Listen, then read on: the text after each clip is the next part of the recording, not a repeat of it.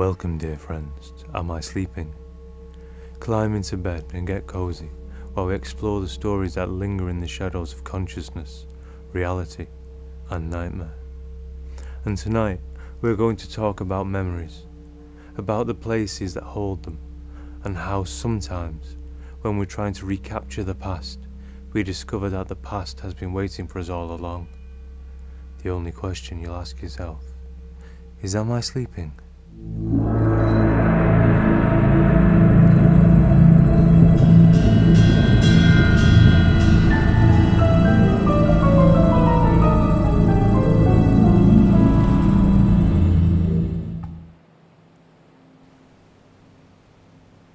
"32-year-old Daniel Hayes, successful architect, recently orphaned after his mother's passing 6 months earlier, the last of his family line. Daniel had driven 4 hours north to reach Whispering Pines campground, a place he hadn't visited in 20 years, not since the summer he turned 12, the last summer he'd spent with his grandfather before the old man passed away. As a child, Daniel had spent every summer here with Grandpa Hayes, learning to fish in the lake, build campfires, listen to the stories under the stars.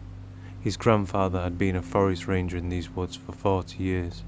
He knew every trail, every tree, every secret the forest held. Or so Daniel had believed.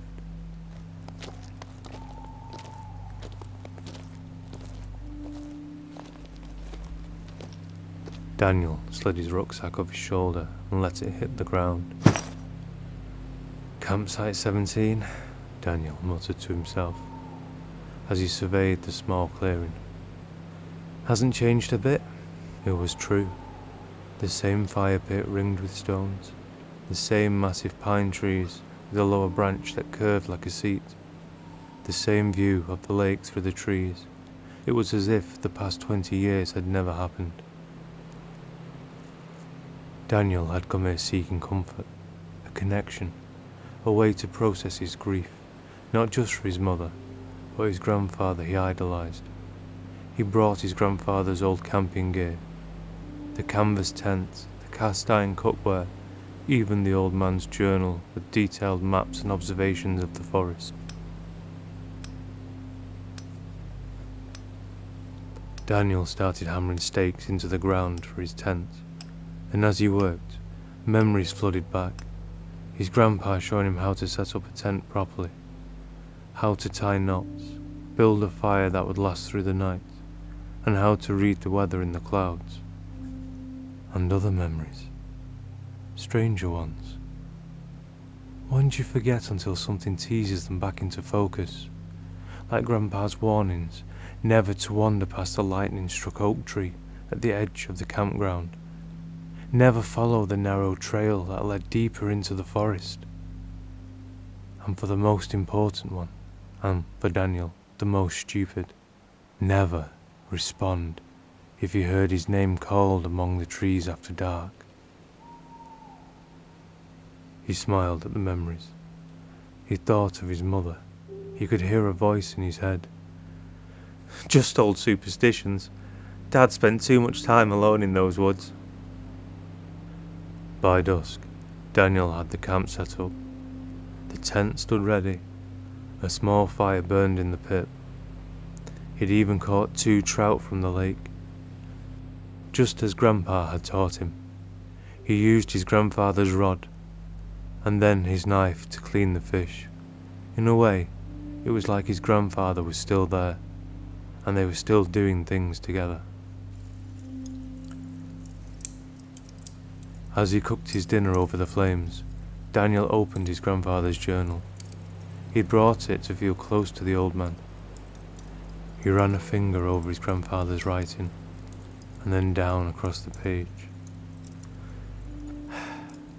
Maybe retrace some of his favourite hiking paths in the morning, he thought to himself. As he flicked through the pages, most of the journal contained what Daniel expected: notes on wildlife sightings, weather patterns, trail conditions.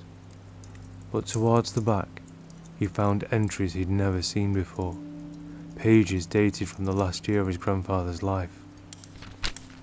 He stopped at a tattered page.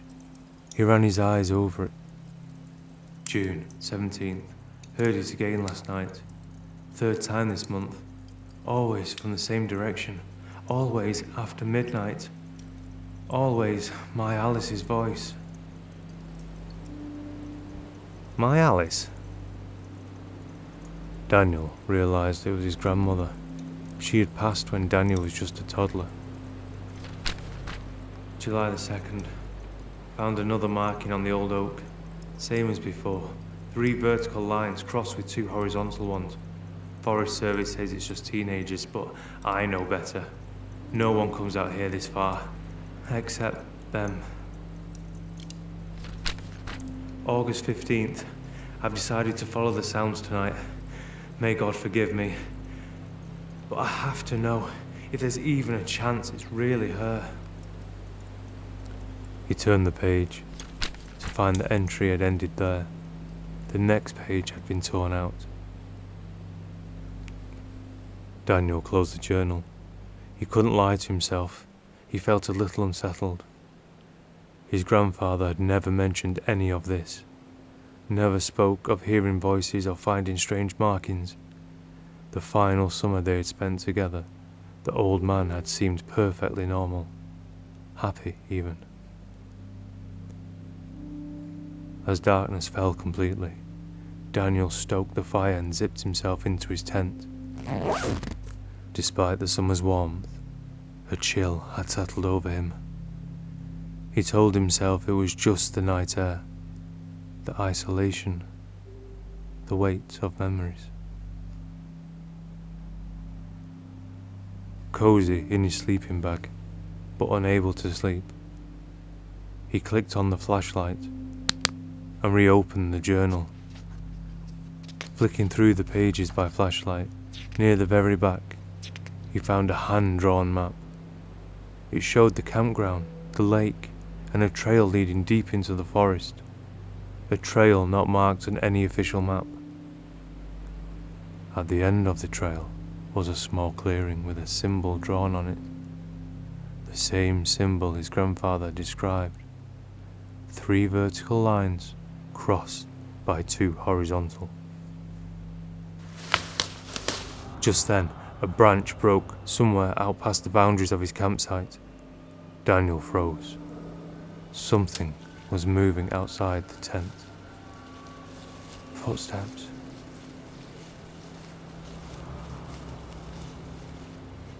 Probably just deer, Daniel told himself. Or a raccoon attracted by the scent of food. But deer don't whisper. Daniel's eyes went wide, the sound of his heart thundering in his ears. Daniel held his breath, straining to hear. The whispering continued, just at the edge of comprehension. Multiple voices. It seemed like discussing something. Discussing him? Gathering his courage, Daniel unzipped the tent. A noise that now seemed so loud, he knew that whoever was out there would have heard it too. And Daniel moved his head around the opening, trying to peer out without actually putting any part of himself outside. The campfire had burned down to embers, casting a faint red glow over the clearing. Nothing moved in the shadow between the trees. But the whispering had stopped the moment he'd moved the zipper. Daniel emerged from the tent, the flashlight in hand. He swept the beam in a slow arc around the campsite. Nothing. Then, his light caught something on the massive pine tree. Fresh marks in the bark, 3 vertical lines crossed by 2 horizontal. Daniel took in a gasp of surprise.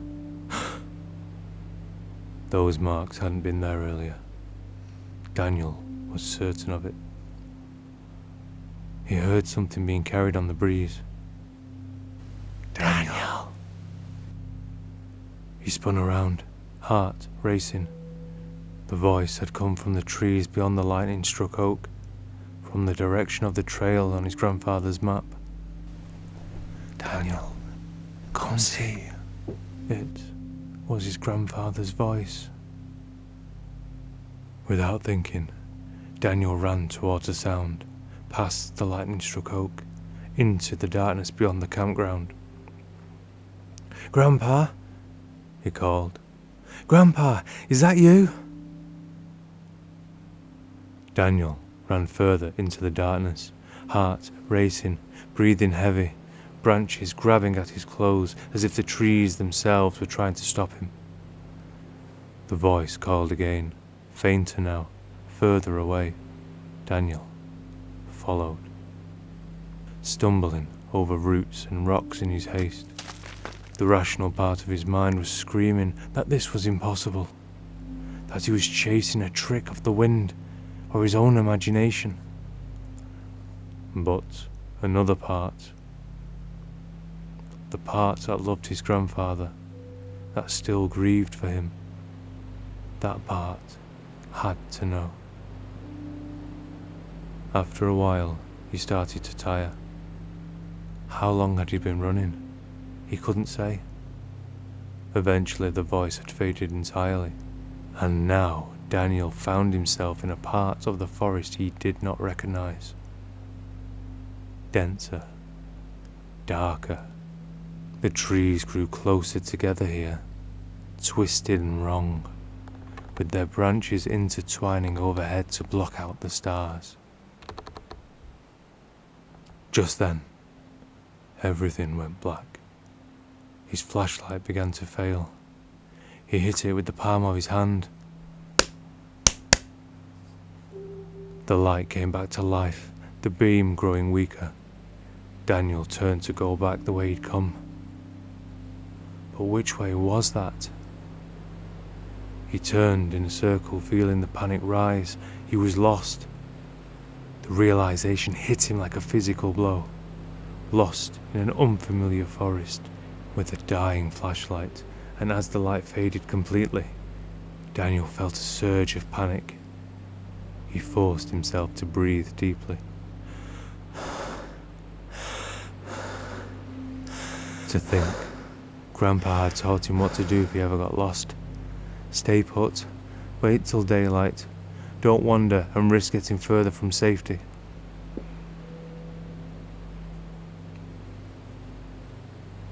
Daniel stumbled forward, arms outstretched, till he found something hard, something wooden. He turned his back and slid down to the floor, and settled against the base of a large tree, his back pressed against the trunk. He would wait here until morning. Then he would use the sun to navigate back to the campground. Simple, logical. But as he sat there, Daniel became aware of a strange quality to the darkness around him.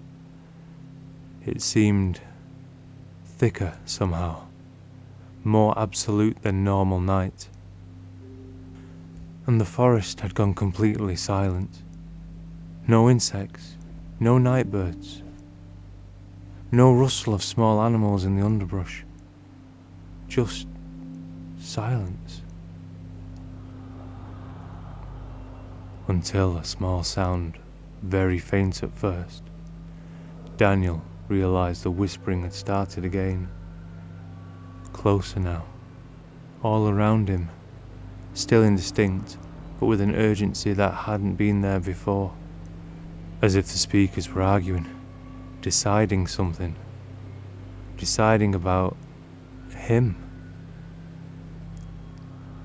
Daniel scrambled to his feet and stood there, pressing his back against the tree. He could not see anything in the absolute darkness, but he could feel a presence moving around him, circling closer, just feet away. He heard his grandfather's voice again. "Daniel, I tried to warn you." The voice came from directly beside him, so close Daniel could feel the breath on his ear.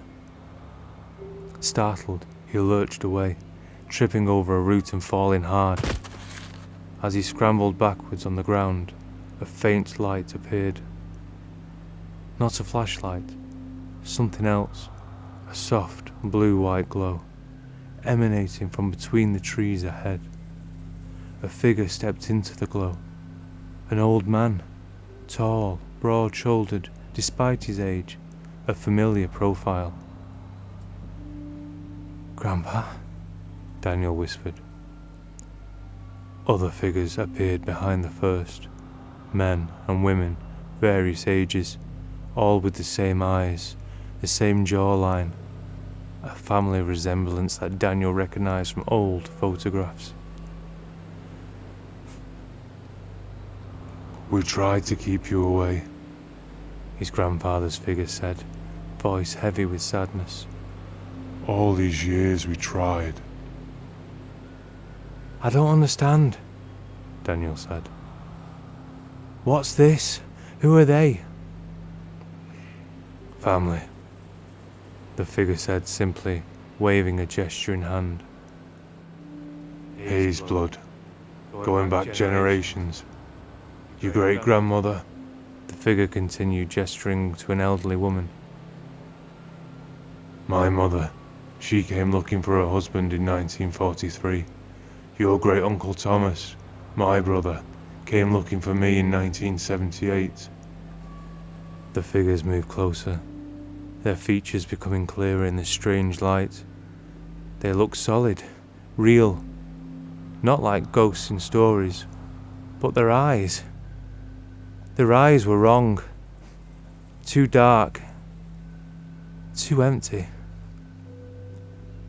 "And your mother," the figure said, stepping aside as another figure emerged from the trees. Daniel's mother stood before him, exactly how she had looked in life, but her eyes were like the others, dark, empty. "Mom?" Daniel whispered, feeling like he was going to pass out. "But you died. Heart attack." She smiled sadly. "I came looking for Dad, just like you came looking for me." Daniel's breathing quickened, his heart hammered. "You're not real," Daniel said, backing away. "None of you are real. This is a dream. Or I hit my head when I fell on the ground." "We're real," his grandfather's figure said. "As real as we can be.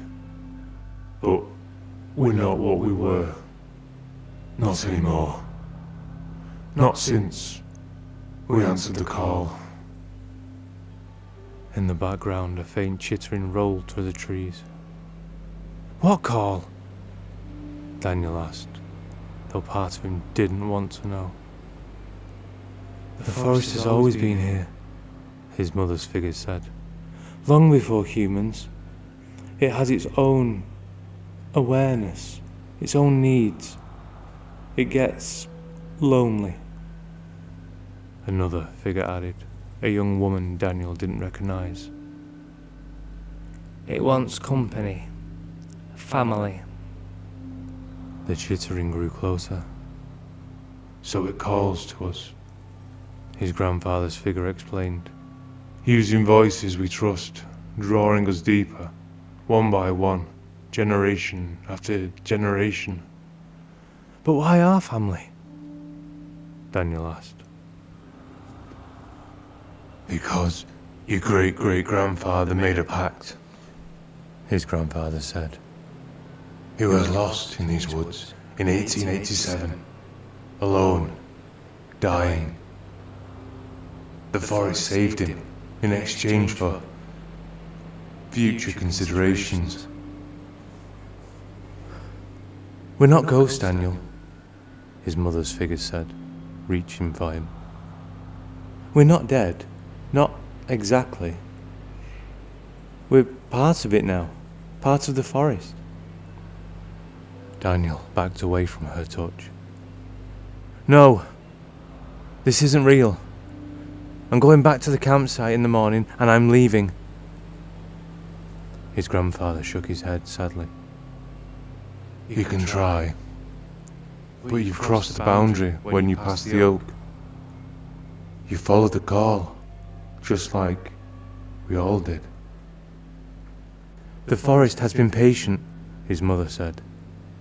Waiting for you, the last one of our line.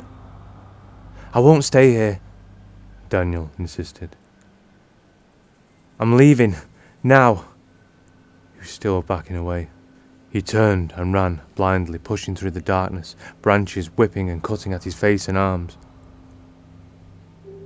Behind him, he could hear them following, heavy breathing, branches breaking, not just his family but others, things that moved differently, things that belonged to the forest, in a way even his transformed family did not. He ran until his lungs burned, until his legs trembled with exhaustion, and still the forest looked the same in every direction. No sign of a path, no glimpse of campground lights, nothing but trees and swallowing darkness. As Daniel stopped to catch his breath, leaning against a tree, he felt something beneath his palm. He couldn't see it in the darkness, but he could feel it. He ran his fingertips over the pattern. 3 vertical lines, crossed by 2 horizontal. The tree felt familiar. He ran his hand over it more carefully. The curve of the trunk, and the way the lowest branch bent like a seat. It was the pine tree from the campsite. Somehow, he had run in a circle. Or the forest had shifted around him, bringing him back to where he started. His head span. He heard the zip of his tent open in the dark. He looked over from where the sound came from. A light appeared, warm, yellow, coming from inside his tent. Daniel approached slowly, warily. The tent flap was open. Inside, a lantern burned, and beside it sat his grandfather. Not the same dark-eyed figure in the forest, but his grandfather, as Daniel had remembered him, weathered-faced, kind eyes, flannel shirt and worn jeans. "Come on, son," the old man said. "It's cold out there." Against his better judgment, Daniel ducked into the tent.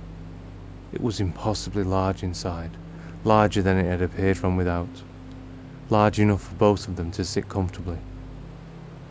"You're not real," Daniel said flatly. His grandfather sighed. "Not in the way you mean, no." "Then what is this? What do you want from me?" "To warn you," the old man said. "While there's still time. While you can still leave." Daniel moved slightly, confused. "But you just said. The others, they said I couldn't leave." "They don't want you to leave," his grandfather confessed. "The forest doesn't want you to go.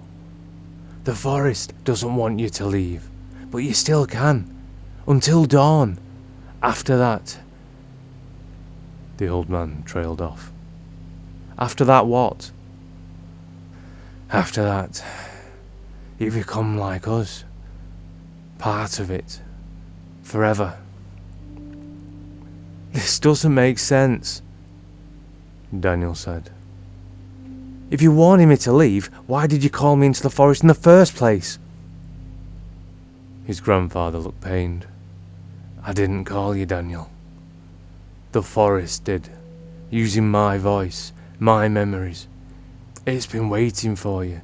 The last haze, the final payment on a debt long overdue." "I don't owe anything," Daniel said firmly. "No," his grandfather agreed. "You don't, but I do." "I made a second pact," the old man admitted. "The summer after my Alice died. I was lost without her.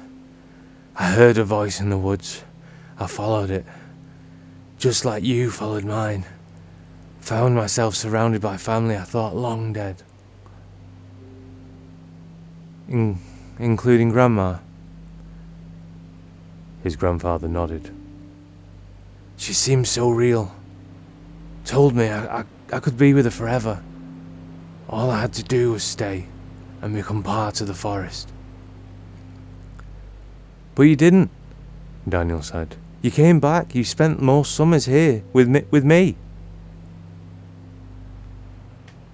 I almost didn't, the old man said.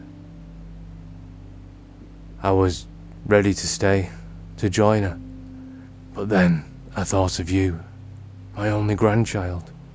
I couldn't leave you, so I made a bargain. What kind of bargain? Daniel said, though he feared he already knew. 20 more years, his grandfather said. 20 more years of life, time to watch you grow up, and in exchange, me, Daniel finished. You promised it, me. I'm so sorry, Daniel. I was selfish. I thought I'd find a way out of it eventually. I left clues in my journal, warnings, hoping you'd be smarter than I was, that you'd stay away. But Mum brought me here every summer. She didn't know, his grandfather said quickly. I never told her, never told anyone. And then, when my time was up, the forest took me anyway. Heart attack, they called it. But it was a pact coming due. And Mum, she came looking for you. His grandfather nodded sadly. Just like I feared she would. The forest called her. Used my voice, just like it used it to call you. Dawn's coming soon, his grandfather said, glancing towards the tent opening. You need to decide. Decide what? You said I can leave. You can, if you go now. Follow the rising sun. Don't look back. Don't listen to any voices, no matter how familiar. And if I stay? His grandfather's expression darkened. Then you become part of it, like us. Not dead, not alive, just here, forever. I'm leaving, Daniel said firmly. This ends with me. No more Hayes family sacrifices. His grandfather smiled, relief evident in his eyes. Good boy. Now go, quickly. Daniel stepped out of the tent and into the grey light of pre-dawn. The campsite looked normal, peaceful. His car keys lay on top of his backpack where he'd left them. He didn't bother breaking down the tent or packing up the gear. He grabbed only his keys, wallet and phone. Everything else could stay. At the edge of the campsite, Daniel paused, looked back at the tent. Through the open flap, he could still see his grandfather sitting there, watching him. The old man raised a hand in farewell. I'm sorry I couldn't save you, Daniel said. Any of you? His grandfather smiled sadly. Some debts can't be repaid, son. Now go! Don't look back again! Daniel turned and made way towards his car that was parked at the edge of the campground entrance. The sky was lightening at the east, dawn approaching. He kept his eyes fixed on the growing light, ignoring the whispers that seemed to follow him through the trees. Family should be together. Daniel, family should be together. Daniel, stay with us. Don't leave us alone. Stay with us. Daniel. The voices grew more desperate as he neared the parking area. His mother's voice, his grandfather's, others he didn't recognise, but somehow knew they were blood relations. He got in his car and started the engine, and began to drive away from Whispering Pines campground for what he promised himself would be the very last time. At the main road, Daniel stopped. He looked in his rearview mirror at the forest behind him. Just for a moment, he thought he saw them standing at the edge of the trees, his family generations, all of them, watching him go. He pressed the gas pedal and didn't look back. 3 months later, Daniel Hayes sold his architectural firm, changed his name, and moved to Arizona, about as far from forests and family camping trips that he could get. He never married, never had children. The Hayes family line ended with him, just as he'd intended. For a while, late at night, his phone would ring. When he answered, there was only the sound of wind through pine trees, and sometimes very faint whispering, "Don't leave us alone." He never answers the phone anymore. Last week, a letter arrived. No return address. Inside, a single sheet of paper with a familiar symbol drawn on it. 3 vertical lines crossed by 2 horizontal. And beneath it, written in his grandfather's handwriting, "Some debts can never be fully paid." Daniel Hayes sleeps poorly these days. He keeps his doors locked, his curtains drawn. But he knows it won't matter. Not in the end. Because the forest is patient. The forest can wait. Thank you for listening to Am I Sleeping? If you enjoyed this story, please like and subscribe. Leave a comment about your own family camping memories, and remember, sometimes the bonds of family are stronger than death, and sometimes they are stronger than freedom.